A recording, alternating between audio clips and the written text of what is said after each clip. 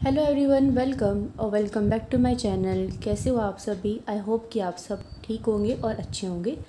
तो आज की वीडियो में हम करेंगे सीक्वेंस एंड सीरीज़ बुक के chapter number 1 topology of real numbers की एक्सरसाइज 1.1 का fifth example which is prove that set of rationals is not order complete. ये एग्जाम्पल, ये क्वेश्चन इस वाले एग्ज़ाम के लिए आपका काफ़ी इंपॉर्टेंट है, बीएससी के लिए, और आगे भी ये काफ़ी यूज़ होता है। तो इसको बड़ा ध्यान से करना और मैं पूरी कोशिश करूँगी कि आपको बहुत अच्छे से, बहुत ही ईजी लैंग्वेज में ये समझा सकूँ। तो अगर आपको समझ में आ जाए तो प्लीज़ मुझे बता देना और साथ ही साथ वीडियो को लाइक कर देना, बस। ठीक है, देखो हम करते हैं इसको। सबसे पहले मैं लिख लेती हूँ, प्रूव क्या करना है, prove that set of rationals is not order complete। अब आपने इस पूरी लाइन को पढ़ा, आपको प्रूव का मतलब भी पता है, दैट का मतलब भी पता है, रैशनल नंबर्स भी पता है क्या होते हैं। सिर्फ अगर आपको मतलब नहीं पता तो वो है इस वर्ड का कि ये ऑर्डर वर्ड कहाँ से आ गया। हमने तो फर्स्ट चैप्टर में ये पढ़ा ही नहीं है, ऑर्डर के बारे में तो कुछ भी नहीं आया। तो इसका कनेक्शन, अगर ये फर्स्ट चैप्टर का क्वेश्चन है तो ऑब्वियस ही बात है कि कनेक्शन तो इसका फर्स्ट चैप्टर से ही है, बट डायरेक्टली हमें नहीं बताया गया कि किसी भी सेट को ऑर्डर कंप्लीट कब कहते हैं और नॉट ऑर्डर कंप्लीट कब कहते हैं। तो अभी पढ़ लेते हैं हम, कोई बात नहीं। ध्यान रखना कि किसी भी सेट को ऑर्डर कंप्लीट कहने का क्या मतलब है कि वो कंप्लीटनेस एक्सियम को क्या करता हो, फॉलो करता हो। क्या करता हो? कंप्लीटनेस एक्सियम अगर किसी सेट में फॉलो हो रही है, उसकी जो कंडीशन है वो फॉलो हो रही है, तो इट मीन्स वो सेट कैसा है, ऑर्डर कंप्लीट सेट है। अब कंप्लीटनेस एक्सियम क्या होती थी वो भी हम लिख लेते हैं एक बारी। Every non empty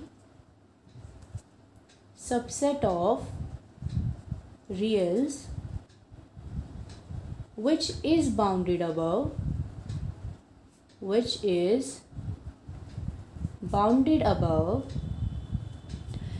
has a real number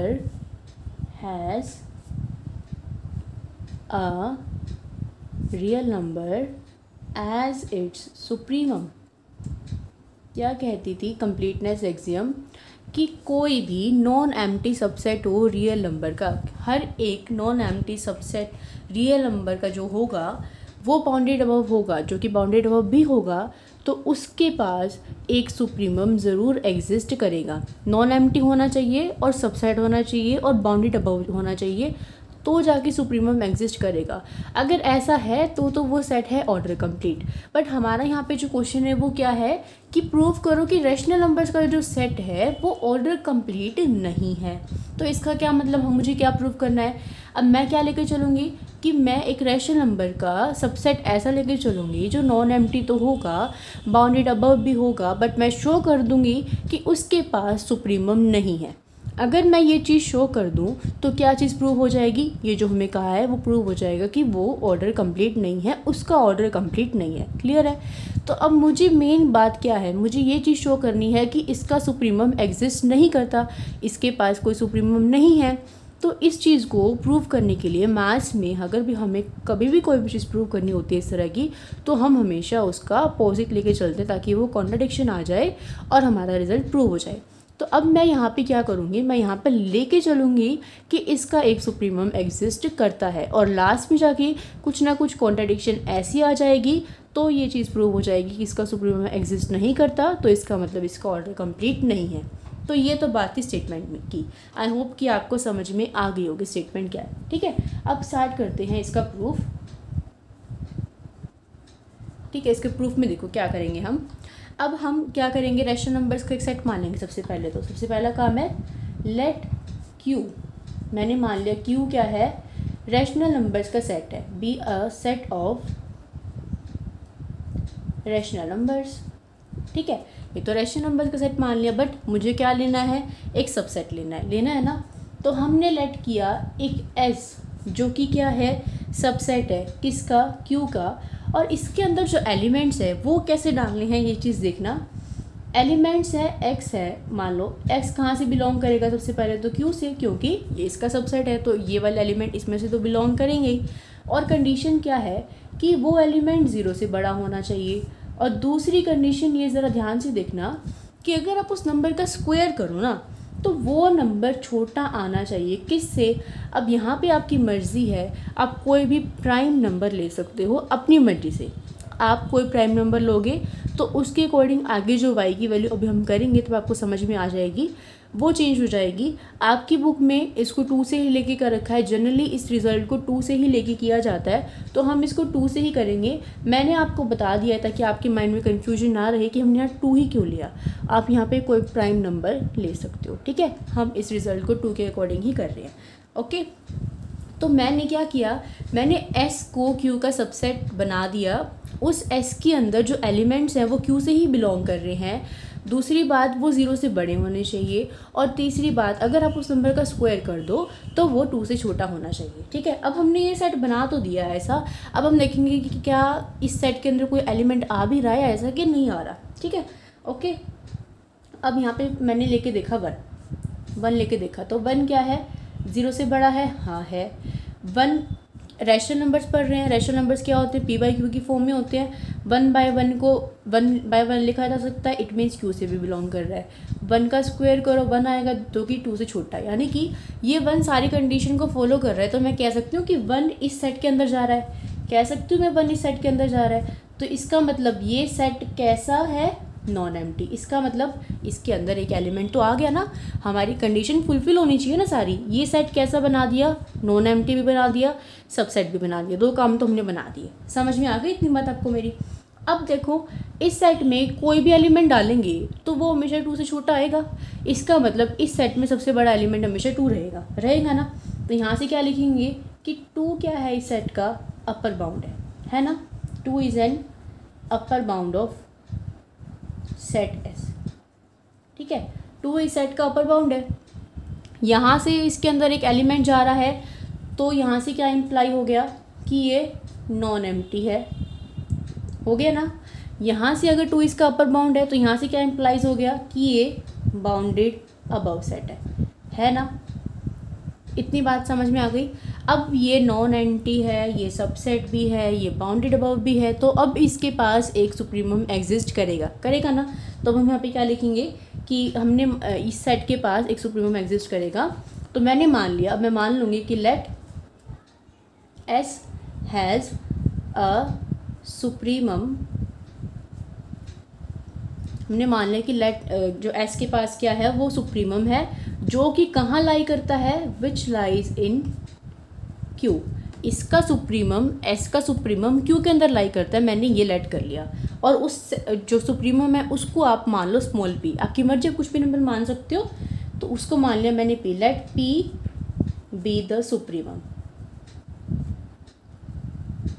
of S, और जो p है वो कहाँ बिलोंग कर रहा है, Q में बिलोंग कर रहा है। इतनी बात क्लियर है कि S Q का सबसेट है, p S का सुप्रीमम है, तो Q में तो बिलोंग करेगा ही। इतनी बात आ गई समझ। अब यहाँ हमें एक लॉ अप्लाई करना है। वो लॉ क्या कहता है, उस लॉ का नाम है ट्रिकोटोमी लॉ। क्या है उस लॉ का नाम, ट्रिकोटोमी लॉ, ठीक है। तो ये लॉ कहता है कि कोई भी रियल नंबर है, या तो वो नेगेटिव होगा, या वो पॉजिटिव होगा, या फिर वो 0 होगा, ठीक है। यही कंडीशन होती है ना हमारे पास, हाँ जी। तो ये कहता है ट्रिकोटोमी लॉ। अब अगर मैं इसको दूसरे वर्ड्स में इस तरह कह दूँ कि कोई भी रियल नंबर किसी रियल नंबर से छोटा हो सकता है, या उससे बड़ा हो सकता है, या फिर उसके इक्वल हो सकता है, मतलब पॉजिटिव है, नेगेटिव है, या फिर उसके इक्वल है, इसका मतलब यही तो हो गया। अब मैं ऐसा क्यों कह रही हूँ कि मैंने जो इसका सुप्रीमम मानना है p इसका सुप्रीमम मानना है, तो यहाँ से 3 केस बन सकते हैं, क्योंकि अब इस सेट के अंदर जो भी एलिमेंट जाएगा उसका स्क्वायर 2 से छोटा होना चाहिए, है ना। इसके लिए तो ये कंडीशन है। बट पॉसिबल केसेस क्या है कि इसका स्क्वायर या तो 2 से बड़ा हो सकता है, या 2 से छोटा हो सकता है, या 2 के इक्वल हो सकता है। ये 3 पॉसिबल केस हैं। तो मेन बात हमें यहाँ पे बस यही समझनी है कि bye trichotomy law we have, इससे हमें क्या पता चला है कि p स्क्वायर या तो 2 से बड़ा होगा, या फिर 2 से छोटा होगा, या फिर 2 के इक्वल होगा, ठीक है। बट कंडीशन यहाँ पे ये है कि p की वैल्यू 0 से बड़ी होनी चाहिए, ठीक है। Where p is greater than 0, p की वैल्यू 0 से बड़ी है, देन उसका स्क्वायर 2 से बड़ा भी हो सकता है, 2 से छोटा भी हो सकता है और 2 के इक्वल भी हो सकता है। ठीक है, अब हम 3 केस लेकर चलेंगे एंड देन अपना क्वेश्चन कंप्लीट हो जाएगा। सबसे छोटा जो केस है वो केस नंबर 1 ही है, उसमें आपको कुछ भी नहीं करना, बिल्कुल ईजी है। केस नंबर 1 लेके चलो कि पी स्क्वायर 2 के इक्वल है। अगर पी स्क्वायर 2 के इक्वल है तो पी क्या आ जाएगा, √2 आ जाएगा। √2 हमें पता है, सबको पता है कि इरेशनल नंबर है, यानी कि ये रैशनल नंबर नहीं है ना, तो √2 not an rational number, √2 rational number तो नहीं है। ठीक है, अब √2 रैशनल नंबर नहीं है तो p क्या था, सुप्रीमम था। कहाँ एग्जिस्ट कर रहा था, q के अंदर, q के अंदर बिलोंग कर रहा था।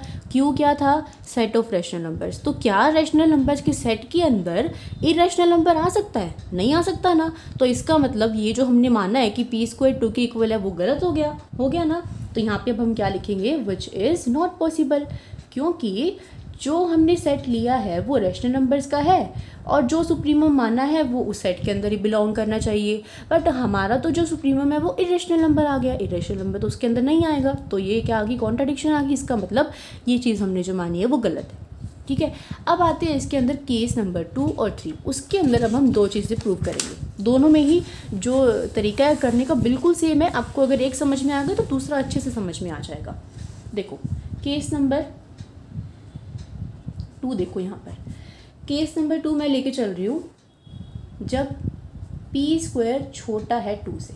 ठीक है, पी स्क्वायर क्या है, छोटा है 2 से। अब मैं क्या कर रही हूँ, मैं ये चेक करूँगी कि पी स्क्वायर मैंने 2 से छोटा ले लिया। अब उस सबसेट के अंदर कौन से एलिमेंट्स जा रहे हैं जिनका स्क्वायर 2 से छोटा है, वो ये एलिमेंट जा रहे हैं ना। तो अब हम चेक करेंगे पी वाई, एक नंबर वाई आपको लेट करना पड़ेगा। ये चीज़ आपको यहाँ पे समझने की है बस, कि एक वाई आपने नंबर लेट किया, रैशनल नंबर ही लेट करना पड़ेगा ना। ये आपको बस थोड़ा सा लर्न करना पड़ेगा इस तरह से।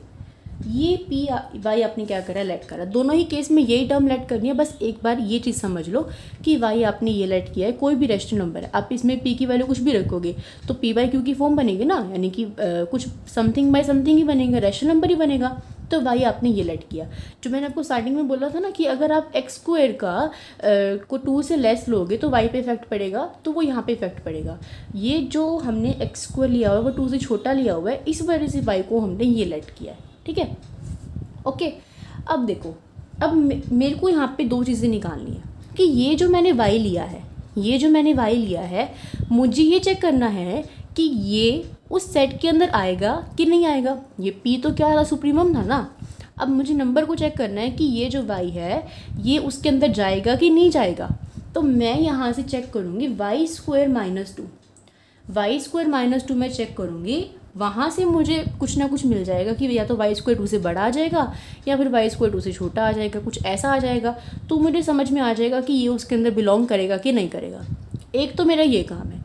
दूसरा काम मेरा ये है कि पी इसका क्या है, सुप्रीमम है। सुप्रीमम का मतलब क्या होता है, लीस्ट अपर बाउंड। एक तो वो अपर बाउंड हो, उससे बड़ा कोई और एलिमेंट सेट का ना हो, और दूसरा अपर बाउंड में से भी सबसे छोटा एलिमेंट वही हो और कोई दूसरा ना हो। उसका मतलब वही होता है ना।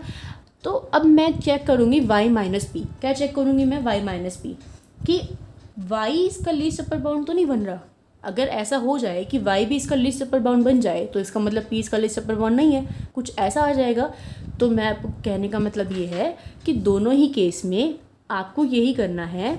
इस केस में तो पी स्क्वायर लेस देन 2 है, दूसरे केस में पी स्क्वायर को ग्रेटर देन 2 लेके चलेंगे। वाई दोनों में यही रहेगा और दोनों में यही चीज़ चेक करनी है कि वाई स्क्वायर माइनस 2 और वाई माइनस पी। ठीक है, समझ में आ गया। अब करते हैं तो ज़्यादा क्लियर हो जाएगा। देखो वाई स्क्वायर माइनस 2 निकालो, क्या होगा, 4 + 3p बाई 3 + 2p का स्क्वायर माइनस 2। तो वाई स्क्वायर माइनस 2 किसके इक्वल होगा, इसका एलसीएम ले लें हम। इसका एलसीएम क्या आएगा नीचे यहाँ पे, 3 + 2p का स्क्वायर, और ऊपर क्या आएगा 4 + 3p का स्क्वायर माइनस 2 × 3 + 2p का स्क्वायर, यही आएगा ना। अब इसको ज़रा ओपन कर लो। वाई स्क्वायर माइनस 2 = 4 का स्क्वायर 16 + 3p का square 9p square plus 2 × 4 × 3, 4 2 = 8, 8 3 = 24, 24p minus. इसको देखो, -2 बाहर है, इसके अंदर क्या आएगा, 3 का square 9 + 2 4p square plus 2 2 = 4, 4 3 = 12p। ठीक है, ये कुछ इस तरह से आएगा। और नीचे क्या है, नीचे तो ये हमारा है, ठीक है। Y square minus 2 is equals to 16 plus 9p² plus 24p minus 9 2 ज़ार 18 माइनस 4 2 ज़ार 8p² minus 24p divided by 3 plus 2p का होल स्क्वायर, ठीक है। साथ साथ हम सेकंड थर्ड केस को भी यहाँ साथ साथ कर लेते हैं ताकि इजी हो जाए आपके लिए।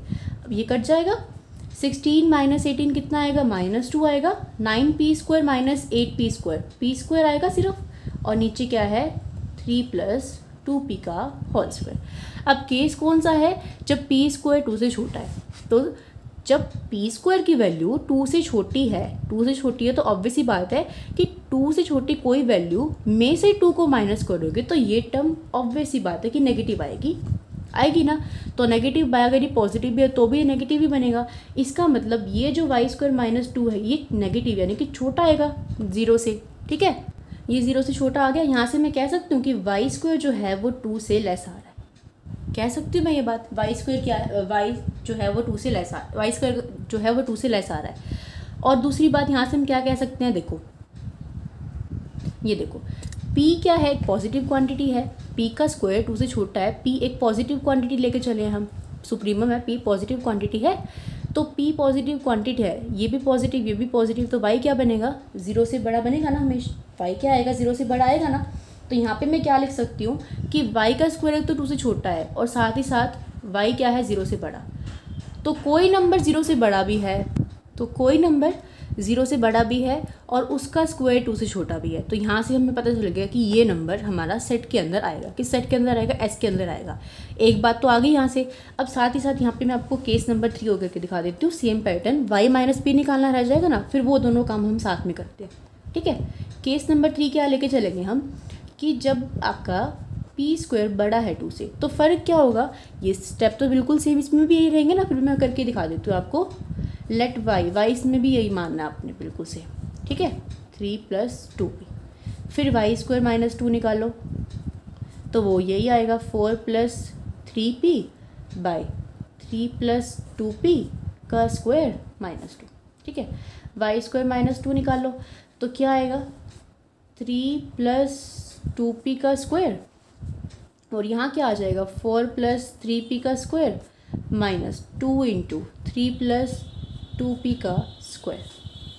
तो y² minus 2 is equals to 16 plus 9p² plus 24p minus 2 into 9 plus 4p²। बिल्कुल सेम स्टेप रहेंगे। फ़र्क ये है कि यहाँ पे जो है वो p का स्क्वायर 2 से बड़ा हो गया है वहाँ पे जहाँ पे वो छोटा था, ठीक है। तो ये कितना आएगा, इतना ही आएगा 16 plus 9p² plus 24p minus 18 minus 8p² और साथ में माइनस 24p, और नीचे क्या आएगा 3 प्लस 2p का स्क्वायर, ठीक है। y² माइनस 2 यहाँ पे भी यही आएगा p² minus 2 divided by 3 plus 2p का होल स्क्वायर। अब देखो p² क्या है 2 से बड़ा। सपोज़ कि अगर ये 3 भी है तो आप इसमें से किसी भी 2 से बड़े नंबर में से 2 को माइनस करोगे तो ये क्वांटिटी कैसी आएगी, पॉजिटिव आएगी कि नहीं आएगी। तो यहाँ से y² माइनस 2 बड़ा आ गया 0 से, इसका मतलब y² बड़ा आ गया 2 से, आ गया ना। और y तो आपका बड़ा था ही, किससे y किससे बड़ा था, 0 से बड़ा था, ठीक है। इतनी बात क्लियर है आपको। यहाँ से ये चीज़ कंडीशन समझ आ गई। अब हम दूसरी चीज़ निकालते हैं दोनों ही केसेस की। तो यहाँ पे हम केस नंबर 2 लेते हैं।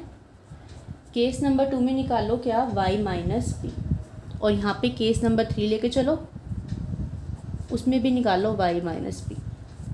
y माइनस p, y क्या लेट किया था 4 plus 3p by 3 plus 2p late किया था, यही माइनस इसमें से p कर दूँ तो क्या होगा y माइनस p किसके इक्वल होगा, एलसीएम ले तो इसका 3 plus 2p 4 plus 3p minus p into 3 plus 2p, ठीक है।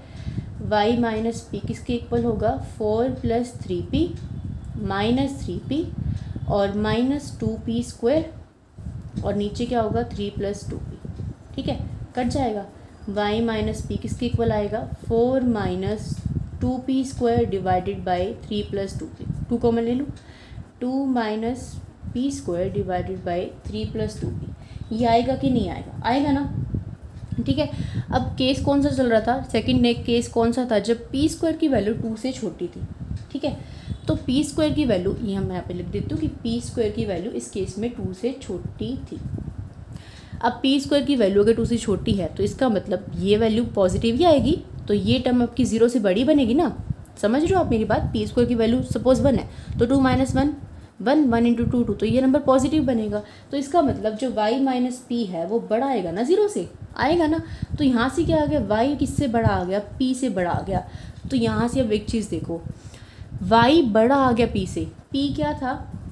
सुप्रीमम। सुप्रीमम का मतलब क्या होता है? अपर बाउंड होता है ना। सुप्रीमम का मतलब लीस्ट अपर बाउंड होता है, और लीस्ट अपर बाउंड में भी अपर बाउंड तो होता है ना। और y हमने देखा था कि y सेट के अंदर बिलोंग कर रहा था ना, और y सेट के अंदर बिलोंग कर रहा है, और p उस सेट का सुप्रीमम है, और उससे भी बड़ा एक और एलिमेंट आ गया। अपर बाउंड तो p था, बट p से भी बड़ा एक और एलिमेंट आ गया y। तो क्या ये पॉसिबल है? नहीं है ना। तो इसका मतलब यहाँ से क्या होगा कि p जो है, p is not an upper bound. इससे तो हमें यही पता चलेगा, इससे तो हमें क्या पता चला? अपर बाउंड p नहीं है। तो ये क्या आ गई? एक कॉन्ट्राडिक्शन आ गई। क्या आ गई? एक कॉन्ट्राडिक्शन। ये क्यों आई कॉन्ट्राडिक्शन? क्योंकि हम मान के गलत चल रहे थे कि p इसका सुप्रीमम है और p का स्क्वायर लेस देन 2 है। अगर ना हम मानते ना ये कॉन्ट्राडिक्शन आती, तो कॉन्ट्राडिक्शन आ गई। इतनी बात समझ में आ गई। अब इस वाले केस पे आ जाओ। इस वाले केस में क्या चल रहा है? p² ना बड़ा चल रहा है 2 से, और y माइनस p हम निकाल रहे हैं। तो y माइनस p तो देखो इसमें भी सेम ही आएगा, करके दिखाने की जरूरत तो है नहीं। y माइनस p करोगे, ये करोगे, ये करोगे, तो y माइनस p कितना आएगा? 2 × 2 माइनस p का स्क्वायर डिवाइडेड बाई 3 + 2p। अब समझने की बात क्या है कि यहाँ p का स्क्वायर है ना 2 से बड़ा हो गया, तो ये नंबर बड़ा हो गया। 2 में से बड़ा नंबर सब्ट्रैक्ट करोगे तो टर्म नेगेटिव आएगी, यानी कि y माइनस p जो है, अब ये टर्म क्या है? नेगेटिव आ रही है। नेगेटिव यानी कि ये लेस देन 0 आ रही है, तो ये क्या आ गई? Less than 0। तो इसका मतलब y छोटा आ गया p से। क्या आ गया? y छोटा आ गया p से, ठीक है। और y वहाँ से क्या आया था कि y² जो था वो 2 से बड़ा था, यही आया था ना। और इसमें क्या आया था कि y² था वो जो 2 से लेस था। अब देखो y छोटा आ गया p से। p तो क्या था? लीस्ट अपर बाउंड, यानी कि अपर बाउंड भी था और वो सबसे छोटा एलिमेंट भी था। उससे छोटा तो कोई एलिमेंट हो ही नहीं सकता था, बट यहाँ तो क्या आ गया? y उससे भी छोटा आ गया। तो ये भी क्या आ गई? एक कॉन्ट्राडिक्शन आ गई। इससे क्या कह सकते हैं हम कि p जो है ना वो तो इसका लीस्ट अपर बाउंड नहीं है, लीस्ट अपर बाउंड नहीं है, क्योंकि y तो उससे भी छोटा आ गया। तो ये कॉन्ट्राडिक्शन आ गई। तो अब इस कॉन्ट्राडिक्शन से हम क्या कह सकते हैं? हम ये कह सकते हैं कि जो y है वो इस सेट का, यहाँ से हमने क्या कहा कि p इसका अपर बाउंड नहीं है, यहाँ से हम कह रहे हैं कि p इसका लीस्ट अपर बाउंड नहीं है ना। तो ये कॉन्ट्राडिक्शन आ गई। कॉन्ट्राडिक्शन क्यों आई? क्योंकि हम लेके चले p² जो था वो 2 से बड़ा था। यहाँ पे कॉन्ट्राडिक्शन आ गई कब? जब p² हमने लिया 2 से। और केस नंबर 1 में कॉन्ट्राडिक्शन आ गई जब हमने p² लिया 2 के इक्वल। और ये सब हमने लिया ही क्यों था? क्योंकि p क्या था? इसका सुप्रीमम था ना। तो इसका मतलब ये जो हमने सारा लिया ये सब गलत था। ये सब क्या आ गई? कॉन्ट्राडिक्शन आ गई ना। तो ये क्या नहीं है? Which is not true. इसका मतलब क्या है कि p जैसा कोई सुप्रीमम एग्जिस्ट ही नहीं करेगा सेट सबसेट S का जो Q में बिलोंग करे। तो इसका मतलब मैं क्या कहूँगी कि p जो बिलोंग कर रहा है Q में, p जो बिलोंग कर रहा है Q में वो नहीं हो सकता क्या? सुप्रीमम। कैन नॉट सुप्रीमम किसका? सेट S का। तो अगर इस सेट S का कोई भी सुप्रीमम एग्जिस्ट नहीं करता जो Q में बिलोंग करे, तो यहाँ से मैं क्या कहूँगी कि Q का ऑर्डर कंप्लीट नहीं है, hence Q is not order complete. यही आपको प्रूफ करना था। समझ में आया या नहीं आया? मैंने आपको बहुत ही इजी लैंग्वेज में, बहुत ही आसानी से, इजी तरीके से समझाने की पूरी कोशिश की है, एंड आई होप कि आपको समझ में भी आया हो। एक बार हम रिवाइज़ कर लेते हैं कि हमने आखिर इसमें किया क्या है। सबसे पहले तो आपको ऑर्डर कंप्लीट होने का मतलब पता होना चाहिए था, ठीक है। तो हमने देखा कि ऑर्डर कंप्लीट होने का क्या मतलब होता है। जो सेट कंप्लीटनेस एक्सियम को फॉलो करे वो होता है ऑर्डर कंप्लीट। कंप्लीटनेस एक्सियम क्या कहती है, कोई भी नॉन एम्प्टी सबसेट हो रियल नंबर्स का जो कि बाउंडेड अबव हो तो उसका सुप्रीमम ज़रूर एग्जिस्ट करेगा। तो मुझे दिखाना था कि क्यू का मैं कोई सबसेट ले लूँ, वो नॉन एम्प्टी हो और वो बाउंडेड अबव हो, तो उसका सुप्रीमम एग्जिस्ट नहीं करना चाहिए। मैंने मान लिया कि उसका सुप्रीमम एग्जिस्ट करेगा। फिर मैंने ट्रिकोटोमी लॉ लगाया, 3 केस बनाए, तीनों ही केस से कॉन्ट्राडिक्शन आई जा रही थी। तो इन तीनों केस से हमें पता चला कि ऐसा कोई भी सुप्रीमम एग्जिस्ट करेगा ही नहीं। तो नहीं करेगा तो इसका मतलब क्यू क्या है, ऑर्डर कंप्लीट नहीं है क्यू का। ठीक है, समझ में आ गया। ये क्वेश्चन काफ़ी इंपॉर्टेंट है। ये क्वेश्चन आपको देखने से बड़ा आसान लग रहा होगा, बट जितनी बार आप इसको प्रैक्टिस करोगे ना उतना ही आपको बड़ा इजी लगने लग जाएगा। अगर कोई एक आधा स्टेप आपको समझ में नहीं भी आया होगा ना, तो जब अपने हाथ से करोगे तो बहुत अच्छे से क्लियर हो जाएगा। ठीक है, तो मिलते हैं फिर नेक्स्ट वीडियो में। तब तक के लिए टाटा बाय बाय। इसकी और भी जो एग्जांपल्स हैं वो हम इसको इसी तरह से करेंगे बहुत अच्छे से। ठीक है, बाय बाय।